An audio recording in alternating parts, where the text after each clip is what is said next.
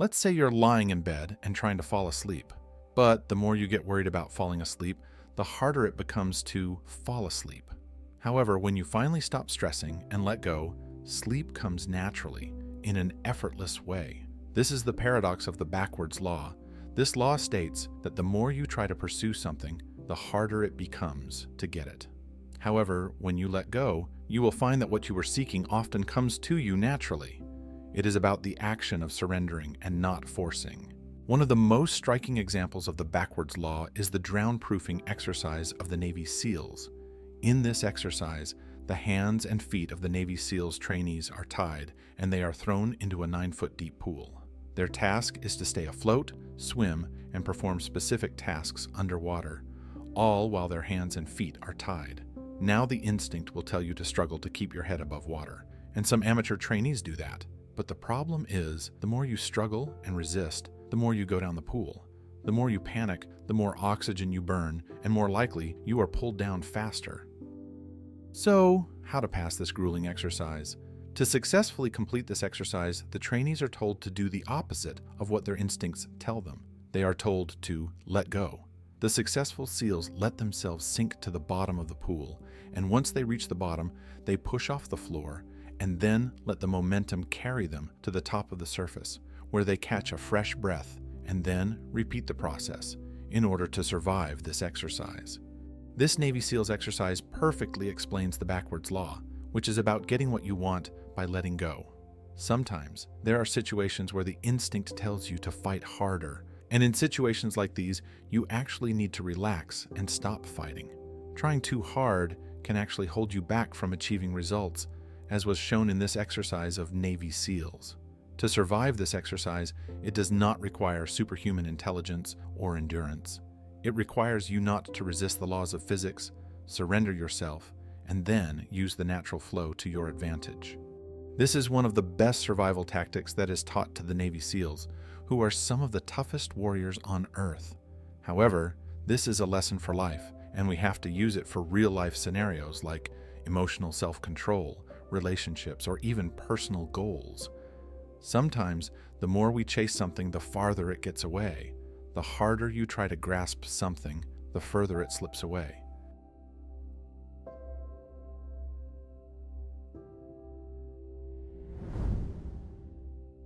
This is one of the most strange realities about life, and in fact, it is a law, a paradox that turns our usual way of thinking on its head. This is called backwards law and has been introduced by Alan Watts in his profound book, The Wisdom of Insecurity. Alan Watts explains this law with an intriguing explanation. I have always been fascinated by the law of reversed effort. Sometimes I call it the backwards law. When you try to stay on the surface of the water, you sink. But when you try to sink, you float. When you hold your breath, you lose it.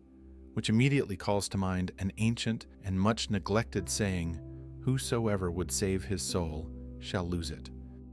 Alan Watts is hinting at something deeper here.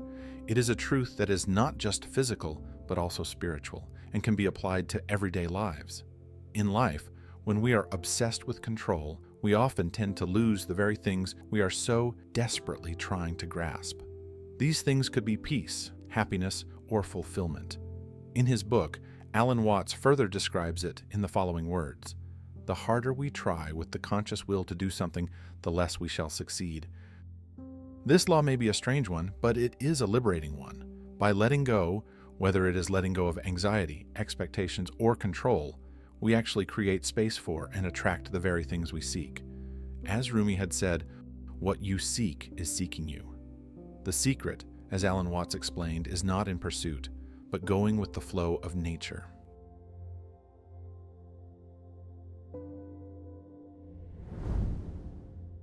In this age and time, there is a dominant belief in our society, which says, more is always better. More money, more achievements, more success, more possessions. But what if this chasing of more is the very reason we feel less? This is something that has been explained by backwards law. The more we focus on desires of wealth, status, or material things, the more we become aware of their absence, and this reinforces the idea that we don't have enough. Now, let me share with you an interesting study that was conducted by the Nobel Prize-winning researchers from Princeton University. Their study revealed something interesting.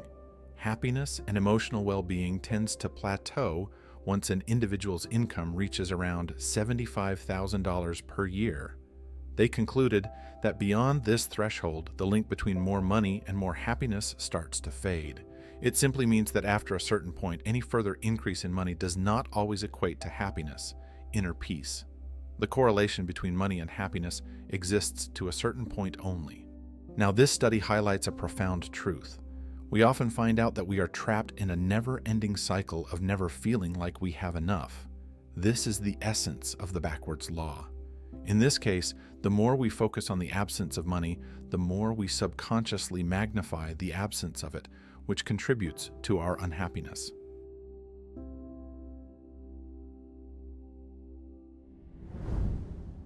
While the term backwards law was coined by Alan Watts, the idea is far older and can be found in many ancient philosophies. It is a universal truth that philosophers have been exploring for centuries. Take Buddhism, for example. The Buddha had famously said, "Attachment is the root of all suffering." According to Buddha, the more we cling to things, whether it's possessions, people, or desires, the more we invite suffering into our lives. Buddha believes that we have to release our attachment, and by doing this, we will create space for peace and tranquility to enter our lives. This is exactly the same principle that has been explained by the backwards law. When we let go, the very things we seek often come to us naturally. Stoicism is another ancient philosophy where we find the traces of this law. There is a whole concept of the dichotomy of control, which is one of the core concepts of Stoicism.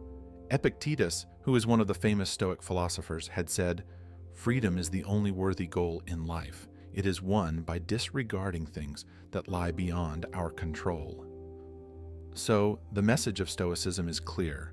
The more you stop worrying about things outside of your control, the happier and freer you become. And once again, this resonates deeply with the backwards law. Rumi, who is a famous 13th century philosopher from Persia, often expressed his ideas that perfectly aligns with the backwards law. One of his famous quotes is this, "What you seek is seeking you." This quote of Rumi perfectly catches the essence of the backwards law. Rumi thinks that when you stop chasing something, whether that is love, success, or happiness, that very thing comes to you naturally. According to Rumi, this is the law of nature, because whatever is destined for you will reach you.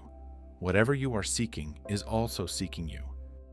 Now let's jump to the modern interpretation of this ancient wisdom, and I would like to mention one of my favorite paragraphs from the book, The Subtle Art of Not Giving a F, by Mark Manson, where he describes the backwards law in these beautiful words.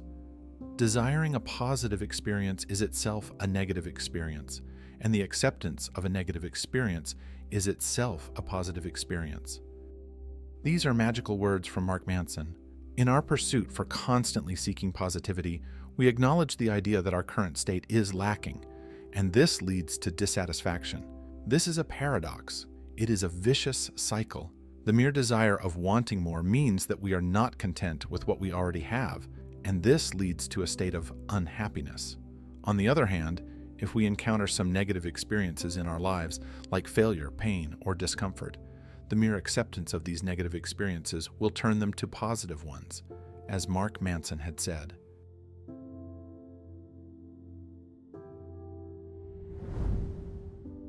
Now, all this explanation brings up an interesting question. How exactly does the backwards law work? The answer lies in our psychology. When we become overly attached to something, whether that is a goal, possession, desire, or something else, we subconsciously develop an anxiety around it. We naturally feel a fear of failure, and it is this anxiety and fear of failure that disturbs our natural flow and creates unnecessary hurdles. As Mark Manson had described it, the more we chase happiness, the more it eludes us, because pursuing it emphasizes its absence. Now let's again ponder on the example of Navy SEALs' drown-proofing exercise. The more a trainee panics about the situation, the more chaotic and dangerous the situation becomes. But when they approach the situation with a calm mind and relaxes their body, they are able to control the situation and float naturally. The same principle applies to something as simple as falling asleep. Let's say you are trying to fall asleep quickly, and now the more you get focused on falling asleep quickly, the harder it becomes to fall asleep. But the moment you let go and stop worrying about how long it is taking to fall asleep, you will notice that sleep comes naturally. Confidence is a perfect example of the backwards law. Confidence is very paradoxical in its nature. The more you try to be confident, the more you push it away. So, according to backwards law, you feel confident when you stop worrying about being confident. You naturally feel a sense of confidence when you stop overthinking and allow yourself to be more authentic. Now, the confident people may not even realize this, but for someone like me, who is an introvert, this paradox is all too real. The more we try to focus on confidence, the more it drifts away. When we constantly try to become confident, it creates an insecurity in our mind, which directly disturbs our confidence. True confidence is produced naturally, and it arises when you stop worrying what other people think of you. When you try to force confidence, you inevitably lose it.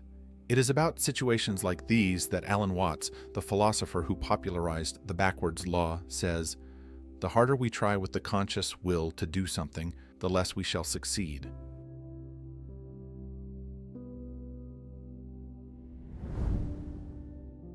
Since the backwards law is a natural law, the best thing you can do is to embrace it.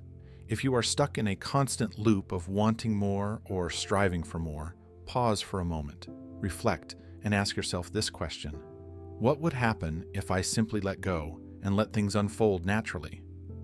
It is like a shadow. The more you try to run after it, the further it goes away. However, here, I must clarify that I am not talking about not trying too hard for achieving your goals. I am just saying that you need to approach your goals with a sense of detachment. Don't tie your happiness, your sense of self-worth, and your identity to these achievements or goals. You also don't need to be too obsessed with your goals. And to be clear, this law does not apply to every situation. This is used for specific cases, and you should not be blindly applying this law to every single scenario in your life. This law can be used in specific moments when you least expect it, like when you're trying so hard to fall asleep.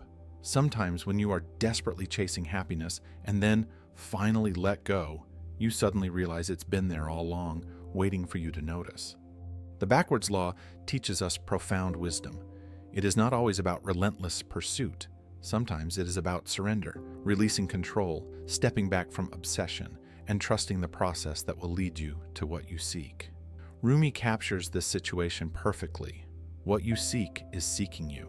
Sometimes the very thing you are chasing is already on its way towards you. You just have to notice and let go of your relentless pursuit.